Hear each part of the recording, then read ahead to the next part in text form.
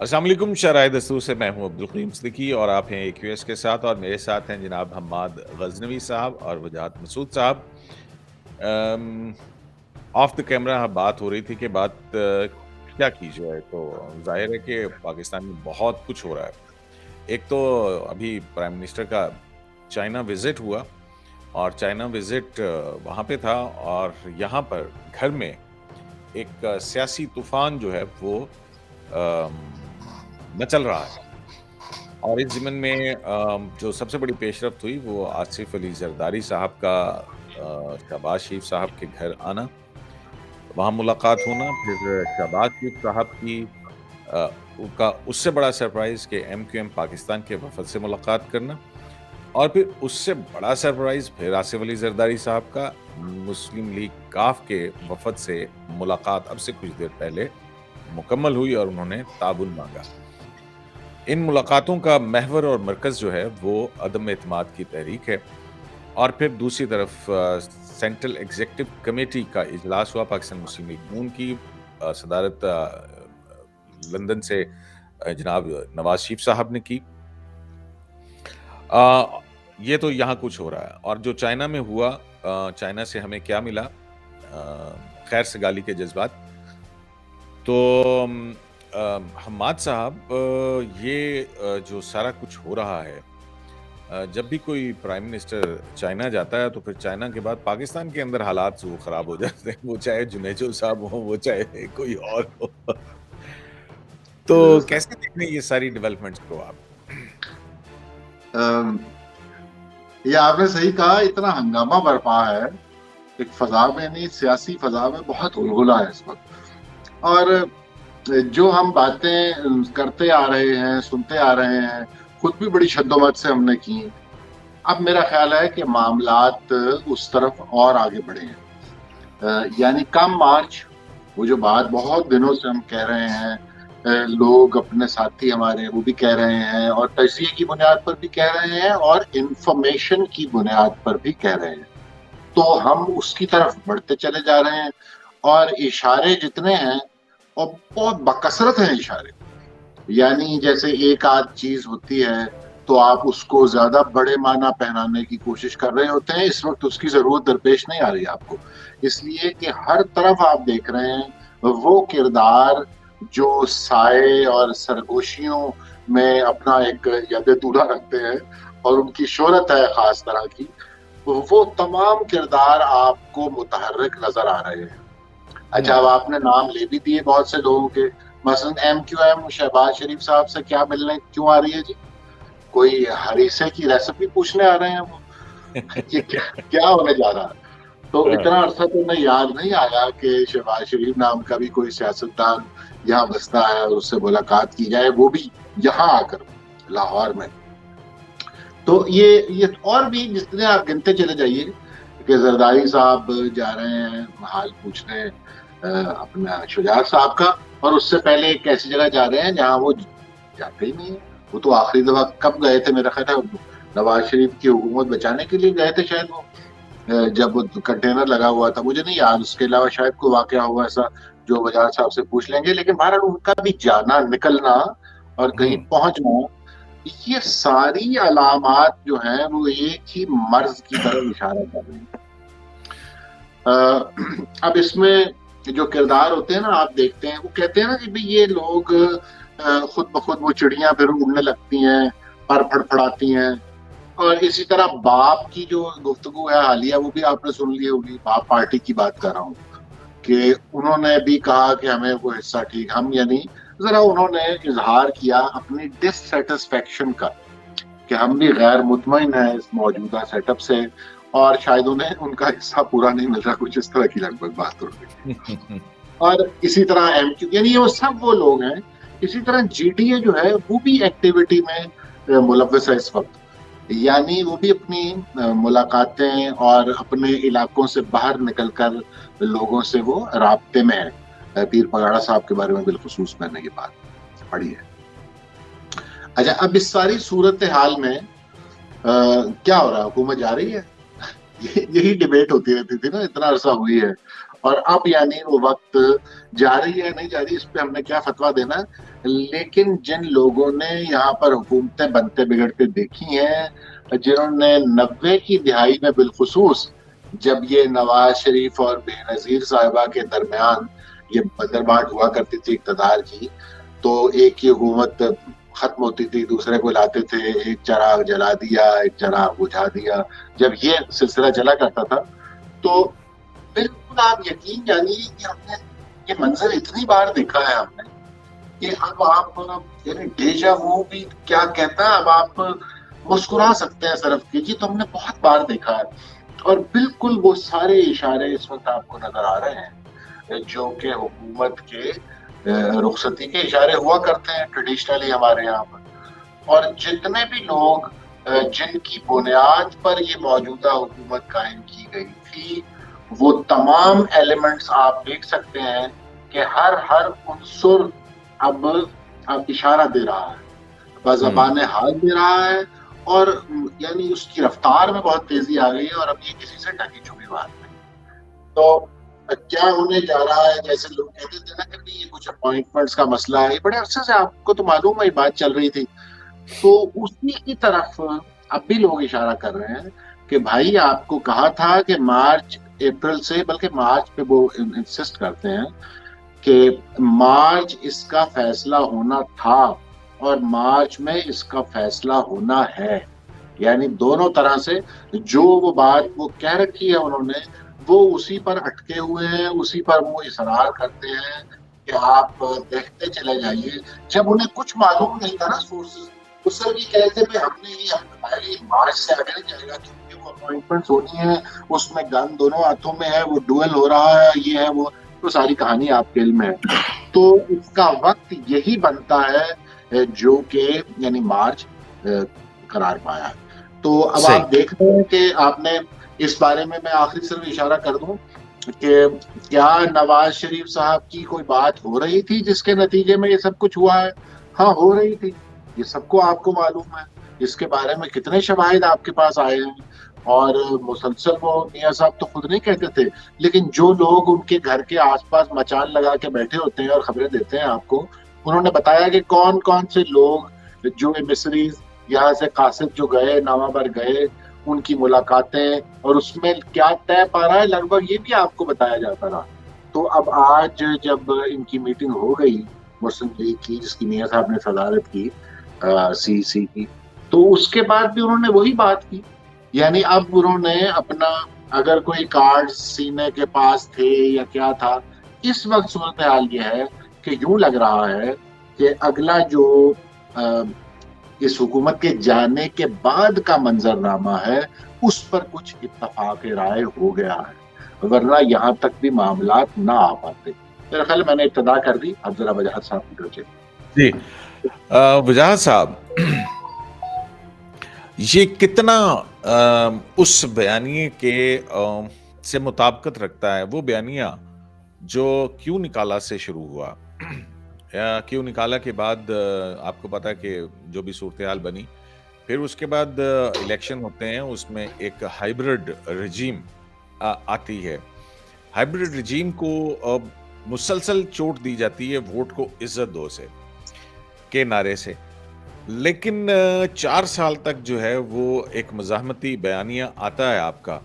لیکن پھر اس کے بعد جو اشارے ہیں، کیونکہ جو اختلاطی حکومت ہائیبرڈ رجیم جو ہے اس کو بنانے والے اور اس کے جو مین انگریڈینٹس ہیں جن کی طرف جناب حماد صاحب نے بڑے واضح طور پہ اشارہ کر دیا، وہ سب اب آصف زرداری صاحب کے ذریعے لیڈ آصف زرداری صاحب کر رہے ہیں اور باقی سپورٹ حاصل کی جا رہی ہے. اس سے پیپلز پارٹی کو کیا مل سکتا ہے؟ نون لیگ کے بیانی کو دھچکا نہیں پہنچے گا؟ ہم یہ سوال کیوں نہ کریں کہ کہ پاکستان کے لوگوں کو کچھ مل سکتا ہے اس سے؟ کیونکہ دیکھیے یہ جو عناصر ہیں ہماری پولیٹیکل اسپیکٹرم کے، ان میں سے ہر ایک کا ایک تشخص ہے، ایک ماضی ہے، اور ہمیں معلوم ہے کہ ان میں سے کون جو ہے اس میں اتنی اسپائن ہوا ہے، ایسی ریڑھ کی ہڈی ہے کہ اپنے طور پہ کچھ فیصلہ کر سکے، اور کون ہے جس کی پتنگ کو ضرورت ہوتی ہے کہ اسے کو کرنی دے. میری رائے میں ہماری سیاست کے جو مختلف دھارے ہیں، جو مختلف چھوٹے چھوٹے چشمے ہیں، وہ بڑے دریا میں گر رہے ہیں. ایک ٹپنگ پوائنٹ ہے. یہ بات جب کہی جا رہی تھی کہ فروری اور مارچ پہ، خاص طور پہ سیکنڈ ہاف آف فروری اور فرسٹ ہاف آف مارچ پہ نظر رکھی جائے، تو وہ اس لیے کہی جا رہی تھی کہ ایک انتظار تھا کہ IMF سے جو معاملات ہیں وہ کہاں تک پہنچتے ہیں. وہ ہو گئے جیسا بھی ہونا تھے. تو اس میں چھوٹے موٹے طوفان آئے، لیکن ٹیکن ٹوگیدر جو ہے سب کچھ جو کچھ ہوا اس کی توقع کی جا رہی تھی. میری رائے میں عمران خان صاحب احتساب کے محاذ پہ ناکام ہوئے.